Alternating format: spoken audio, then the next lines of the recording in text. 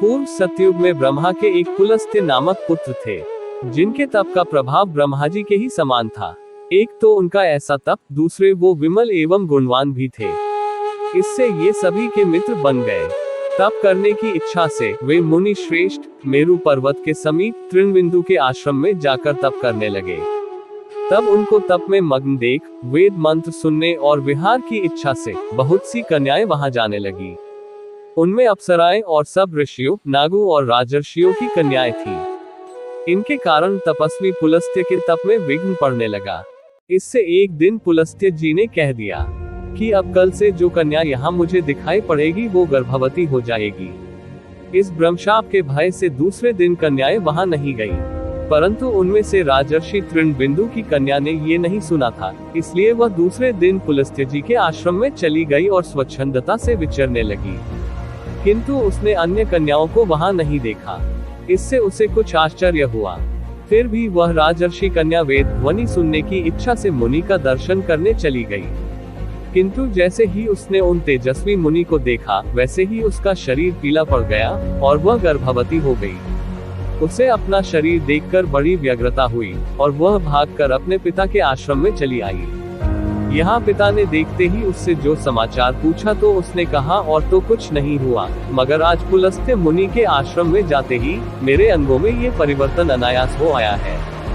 मुनि ने नेत्र बंद कर देखा तो उन्हें सब कुछ ज्ञात हो गया।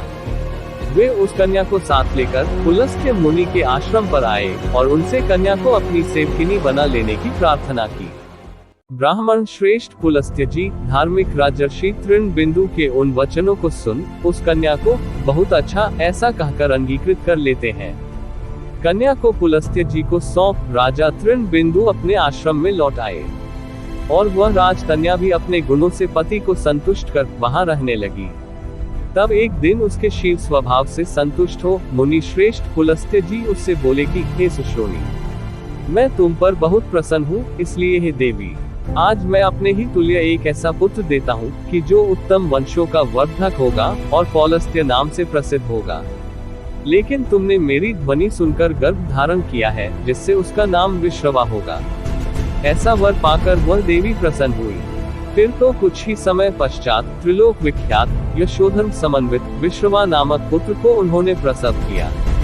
यह विश्रवा भी वेदज्ञ मुनि, व्रतचारी तथा अपने पिता के समान तपस्वी हुए। अल्पकाल में ही पुलस्त्य पुत्र मुनि श्रेष्ठ विश्रवा अपने पिता के ही समान तप करने लगे। वे सत्यवादी, शीलवान, जितेंद्रिय, स्वाध्याय निरल, पवित्र, भोगों में अनासक्त और सर्वदा धर्म तत्पर रहा करते थे। विश्रवा के आचरण को देखकर महामुनि भरद्वाज ने अपनी देवार्गाना तुल्य सुंदरी कन्या का उनसे विवाह कर दिया। फिर संतानेच्छुक उस कन्या से धर्मात्मा मुनि विश्रवा ने एक ऐसा पुत्र उत्पन्न किया जो ब्राह्मणोचित समस्त गुणों से युक्त, परम अद्भुत और बलवान था। उसके जन्म से पितामह पुलस्त्य जी को बड़ी प्रसन्नता हुई। उन्होंने अपने पौत्र में कल्याणकारिणी बुद्धि देखकर कहा कि यह तो धनाध्यक्ष होगा। फिर तो उन्होंने ही देवर्षियों सहित उसका नामकरण किया और कहा कि यह बालक विश्रवा से उत्पन्न हुआ है और है भी वैसा ही, अतः इसका नाम वैश्रवण होगा। उस महातपो वन में रहते हुए वह वैश्रवण भी बड़े तेजस्वी हुए। उन्होंने सोचा कि धर्म के मार्ग की ही परम गति है, अतः मैं भी धर्माचरण करूंगा।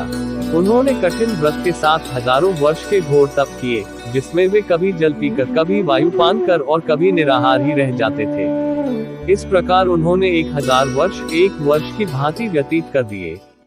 तब ब्रह्मा जी उनके इस तप को देखकर प्रसन्न हो गए और इंद्रादिक देवताओं को साथ ले उन्हें वर देने के लिए उनके आश्रम पर पधारे और बोले, हे सुव्रत, हे वत्स, मैं तुम्हारी तपस्या से प्रसन्न हूँ, वर मांगो। तब अपने समक्ष ब्रह्मा जी को उपस्थित देख वैश्रवण ने कहा, भगवान, मेरी इच्छा है कि मैं लोकपाल बनूं और समस्त धन मेरे पास रहे। वैश्रवण की यह बात सुनकर ब्रह्मा जी को और भी प्रसन्नता हुई और उन्होंने तथास्तु कहकर उसकी प्रार्थना स्वीकार की तथा वैश्रवण से फिर बोले, हे वत्स, मैं चौथा लोकपाल रचने ही वाला था, अब तुम ही उस पद को स्वीकार करो। जाओ अपार धन के स्वामी बनो। इंद्र, वरुण और यम के साथ तुम्हारा चौथा स्थान होगा। ये सूर्य के समान तेजस्वी पुष्पक विमान है, इसे तुम अपनी सवारी के लिए लो और आज ही से देवताओं की समानता प्राप्त करो। अब मैं अपने लोक को जाता हूँ, तुम्हारा कल्याण हो। ऐसा कहकर ब्रह्मा जी अपने लोक को चले गए।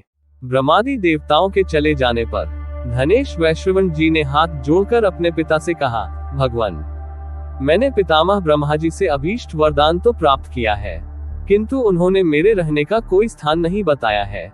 अतः अब आप ही मेरे लिए किसी ऐसे निवास स्थान का विचार कीजिए जहां रहने से किसी भी प्राणी को कष्ट न हो। पुत्र के इस प्रकार कहने पर मुनि श्रेष्ठ विश्रवा बोले, धर्मज्ञ मुनो, दक्षिण समुद्र के तट पर एक ऋकुट नामक पर्वत है, जिसके शिखर पर एक विशाल पुरी है, जिसका नाम लंका है। विश्वकर्मा ने उसे राक्षसों के लिए बनाया था। वह अमरावती के ही समान रमणीक है, अतः तुम लंका में ही निवास करो। उसके चारों तरफ जल है और वह यंत्रों तथा शस्त्रों से परिपूर्ण है। वह लंकापुरी रमणीय है, सुवर्ण और वैदुर्य मणि के उसके द्वार है। पहले उसमें राक्षस रहा करते थे, किंतु अब विष्णु के भय से वे वहां से भागकर पृथ्वी के नीचे रसातल में जा बसे हैं। तुम वहां जमकर सुख से रहो, वहां तुम्हें या किसी को भी कोई कष्ट न होगा। तब अपने पिता विश्रवा मुनि के ऐसा कहने पर धर्मात्मा पुत्र वैश्रवण चारों ओर समुद्र से घिरी हुई लंका में प्रसन्नता पूर्वक निवास करने लगे। देवता और गंधर्व उनका यशोगान करने लगे। उनका हृदय बड़ा विनीत था। धर्मात्मा धनेश्वर वैश्रवण पुष्पक द्वारा समय समय पर अपने माता पिता के समीप प्रायः आते जाते रहते थे। ब्रह्मा जी ने पहले जल की सृष्टि की और उसकी रक्षार्थ अनेक प्राणियों को उन्होंने उत्पन्न किया। उनमें हेति और प्रहेति नाम के दो राक्षस थे। वे दोनों भ्राता मधु कैटभ के समान ही वीर थे। उनमें प्रहेति बड़ा धार्मिक था, जो तपोवन में जाकर तप करने लगा, और हेति ने विवाह के लिए बड़ा यत्न किया। उस समय काल की एक बहन थी जिसका नाम भया था। अभी वह कुमारी ही थी कि उसका रूप अति भयंकर हो गया।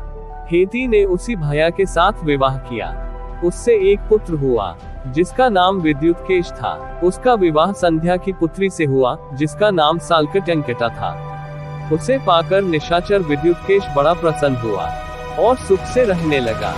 कुछ काल पश्चात उस संध्या पुत्री ने विद्युतकेश से गर्भ धारण किया और मंद्राचल पर जाकर वहां एक पुत्र प्रसव किया, और उस नवजात शिशु को वही त्याग फिर विद्युतकेश के पास चली आई। इधर उसका वह त्यागा हुआ पुत्र मेघ की भांति शब्द करने लगा, फिर मुंह में मुड़ी डालकर धीरे धीरे रोने लगा। उसी समय वृषभारूढ़ शिव पार्वती आकाश मार्ग से उधर होकर कहीं जा रहे थे। उन्होंने वहां उस बालक के रोने का शब्द सुना। जब निकट जाकर देखा तो पार्वती जी को बड़ी दया आई। महादेव जी ने पार्वती जी के कहने से उस राक्षस पुत्र का वय उसकी माता के समान कर दिया और उसे अमृतत्व भी प्रदान कर दिया।